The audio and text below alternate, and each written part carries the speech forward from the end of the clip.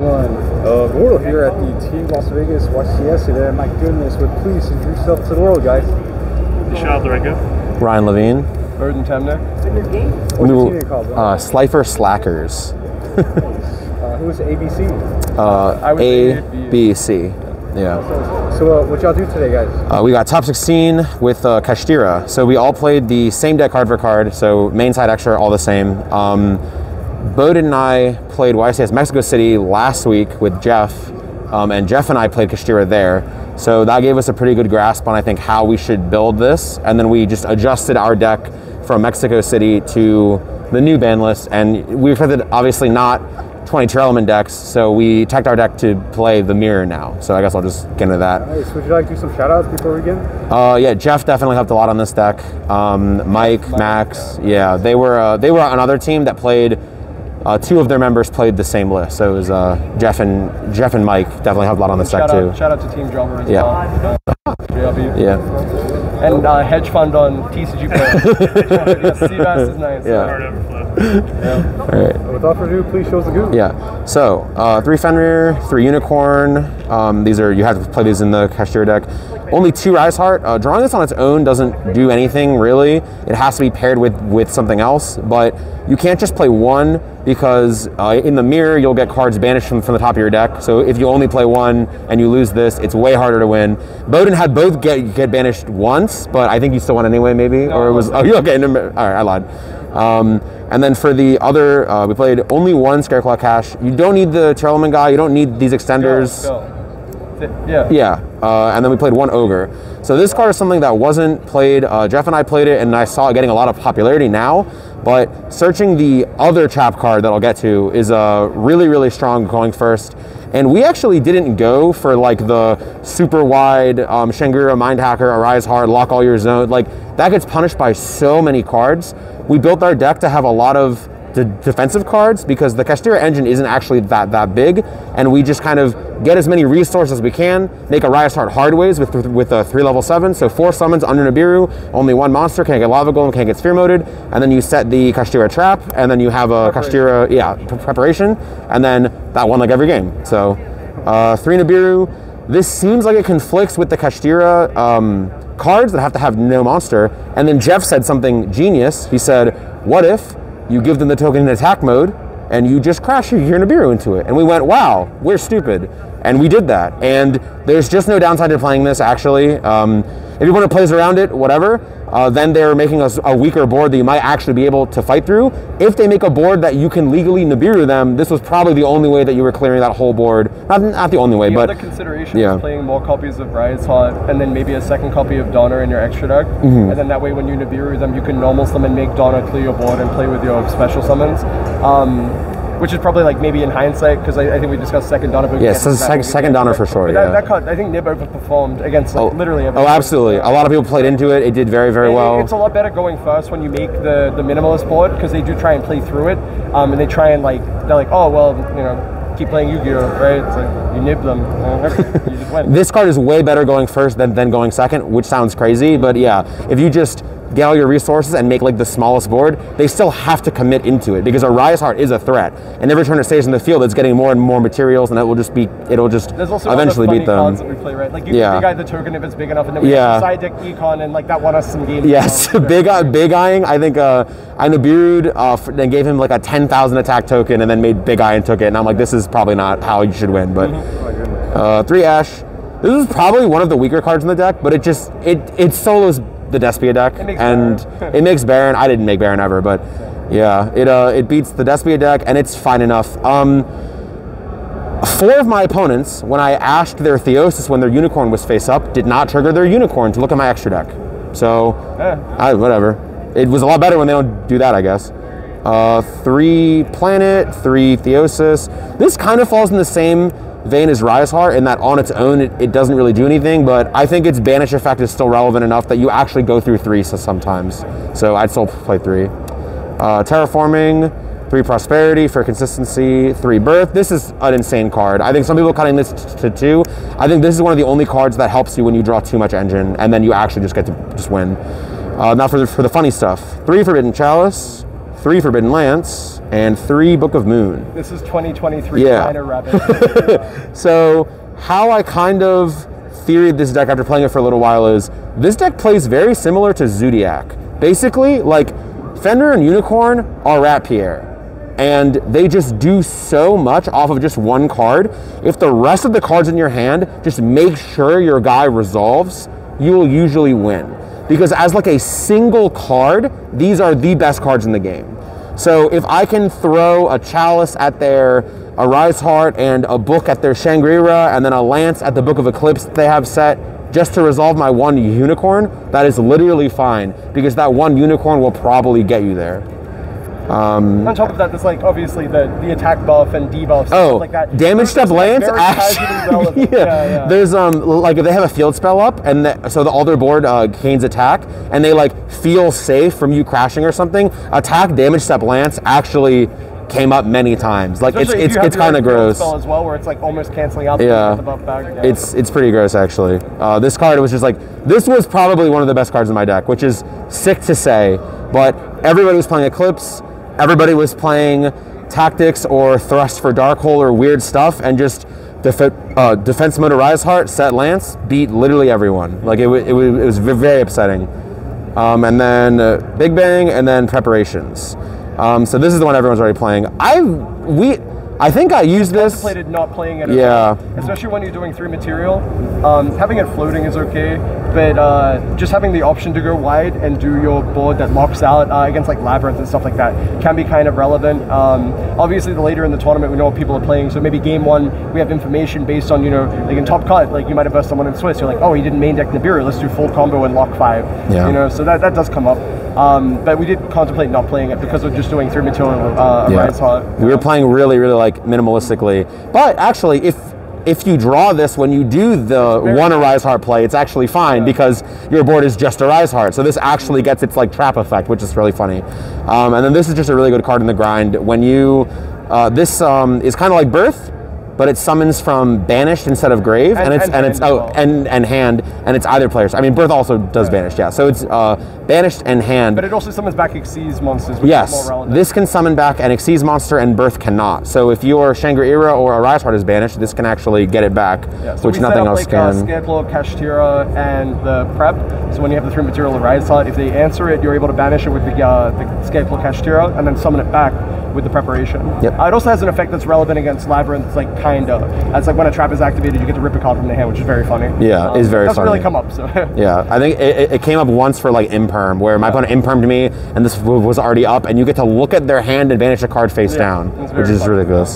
So. What was the main deck count? 40 cards. Yeah. So for extra deck, 2 Shangri-La, 2 Arise Heart.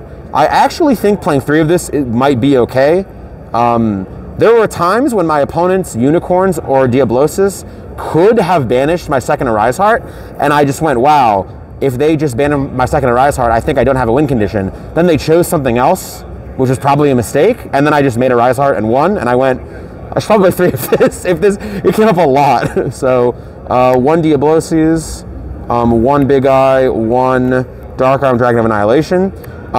You never made, well, we never made, I actually think I only made this twice the whole tournament, which is crazy because a week ago I would have said this card should be banned, this card's the only reason Kashtira is good. After playing 2 tournaments with it and adjusting how we play and adjusting our deck, if this card gets banned, I think our deck changes almost not at all. I actually think this card, like, I feel like it comes up in the mirror match sometimes when, like dictated by how they play the turn 1, and you might do the Diablosis because they have Prosperity or something. Yeah. So just like put them on fewer cards and then try and take away, you know, a good chunk of their main deck. And then you just have backup cards like Book, Lance, whatever. And that'll come up when it's just like, you could only make a 7, and Shangri-La is maybe not appropriate because you'd have to activate it and then they could just summon a guy and make a Rise on top of it because you've activated Shangri-La. So Diablosis would come up in those situations, but... Going first, we very rarely made it, we just didn't do that. I actually think this is the best one. The first time I read this, I didn't realize it wasn't once per turn. So the fact that you can just do it twice is really strong. It pops a card on the field and then banishes a card from your graveyard. So you can pop an opponent's card, banish a Kashtira card from your grave, then pop another card on their field and then banish the Theosis from your grave and get that card back. So this card was like super impactful. The problem with the rank 7 toolbox is none of them are like quick effects. So if they have a response, they'll just kill it, and then you go, oh, it didn't do anything. Big Eye has the same weakness of that, like, when you summon Big Eye, they'll usually just go, I'll destroy that with something. But they either answer it or it's the best card in the yeah. So, like, I don't think there's really a reason to play 2 of the. In fact, because specifically we only played 1, what happened a lot is they would look at my extra deck, and they would see I have 1 Arise Heart left and 1 Big Eye left, and they would go like, I have to get rid of Big Eye, and I'd just be like, wow, I couldn't. They're foaming at the mouth to banish the 1 Big Eye, and then you win because they didn't get rid of a Rise Heart, or they didn't get rid of one of your extra deck cards that you actually needed that was like Engine. So I think when this resolves, it's obviously very, very strong, but it's very difficult to get rid of all of their stuff and then make this and have it be impactful. Then 2 Zeus. I think this is probably necessary. This is one that, like, you can very easily justify just cutting all these rank 7s and being like, I think I need 3 of this and 3 of this, and that wouldn't even, your deck would be fine. I think just making sure you have multiples of these through their Diablosis or Unicorn is really important. You also have to banish cards from Prosperity, right? Like, yeah. And then, like, a lot of the time when you go first and you're using Prosperity, I guess we have specific cards for Prosperity. So we played Garura, Natis, and Goliath. These all have effects that can trigger when they're under a Rise Heart. If this is under a Rise Heart, it can't be destroyed by card effects. These trigger when sent to the graveyard, so not when detached by a Rise Heart. So it's more benefit with Zeus. Yeah, it's usually like you'll Rise Heart, you'll Prosperity, a Rise Heart will start accumulating these things, and then if they... I mean, we saw that on the feature as well. You had an Arise Heart with a bunch of materials. Yeah. They can Nibiru you, and then you'll get the Natis or the Garura, or the one that I felt like a genius, which was just not really intentional, is this accumulates all of the materials, then they start playing, then you Nibiru them, and then you trigger these. The Natis clears your own Nibiru, so you don't have a field anymore, and then the Garura draws a card, and then you can start playing with your cards on your turn because your field is clear. So that made me feel very smart for no reason. The funny one with this one as well is I had opponents Diablosis me, and they banished my Goliath. So their Rise Heart can attach it. So it's like another one. It's like a little trap. You know, like if your opponent does it, it's like usually incorrect, but maybe they think it's fine. Because in our main deck, we don't really play any cards that destroy. So if they Diablosis to take our Goliath specifically for the purpose of putting it under their own Rise Heart, they'll be like, now my guy can't die by card effects, but we don't main anything that would do that anyway, so it doesn't really matter. Almirage is for Ibli. Yeah, we didn't play Lingaribo because it's kind of redundant. You still have a monster on the field, you can't really do anything, so we side deck a card that would sort of fit the role to play Ibli. Yeah. And surprisingly, we didn't see that much Ibli. I think I had Ibli twice, I think. Only twice, Donner, I actually think you have to play 2 of this.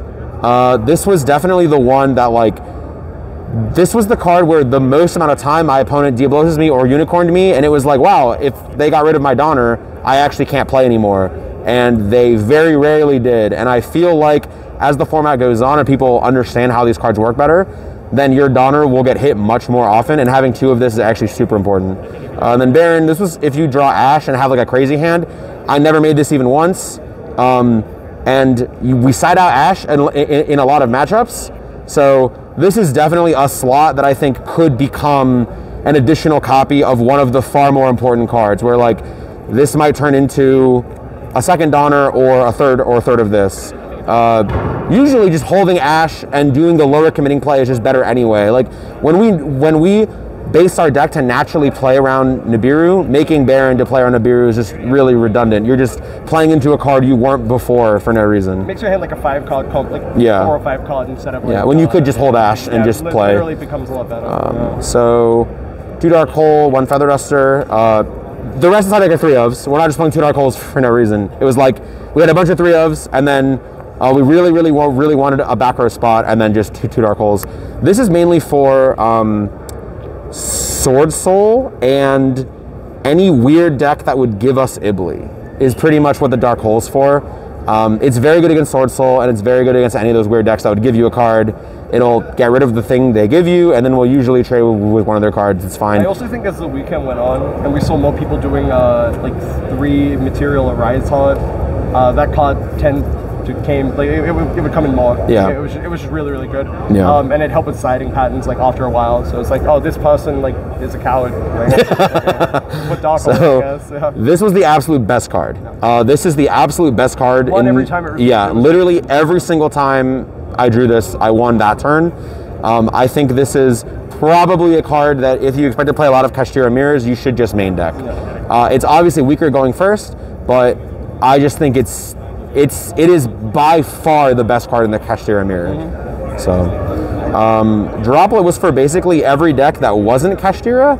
It lets you, again, kind of like the Dark Hole, it clears the Ibli or the monster that they give you. Like if Branded gives you a monster off Branded Expulsion, as long as they don't give you the Gimmick Puppet, which is a little bit harder to set up because just of how its attribute works. If they just give you like a random monster, then this is just the best card. Clears your field, stops other guys, it's pretty good. And then 3 Shifter, this was for like, you don't need to play this card.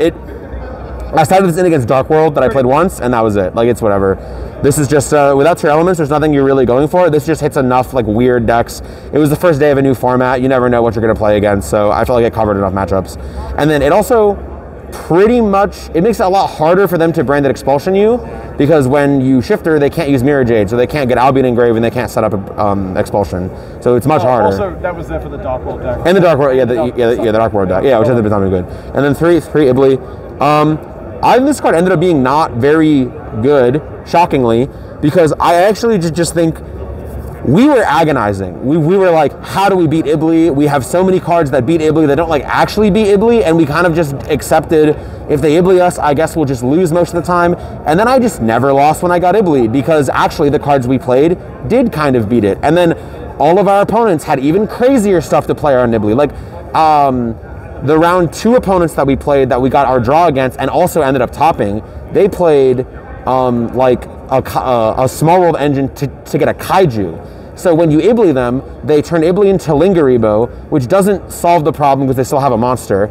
Then they give you a kaiju in attack mode and crash the Lingaribo. Because usually if you Ibli, all your guys are in defense mode so they can't crash it. And then after he did that to Bohdan, like I watched him do it to Bohdan in game 2, and I went, I'm not even going to side an Ibli against him in my match, just because that's going to happen, and then Ibli will just be really redundant. So I think this probably could have been another going first card, maybe Dimensional Barrier, maybe Magic Deflector, like some other card where you can just do your thing and then just set a really powerful trap, and it's probably about the same. So I don't know. Any closing thoughts on that? How about you, Nishaad? You've been awfully quiet. Deck was just very easy to play. He has not played Yu-Gi-Oh! In like 8 months, and just like almost went undefeated. Deck was very easy to play. Making the rise up top safe. I almost always won. Yeah, I really like the deck. It's pretty simple. Yep. Nice. Well, guys, that's Stock Exchange, and until next time, everyone, roll out.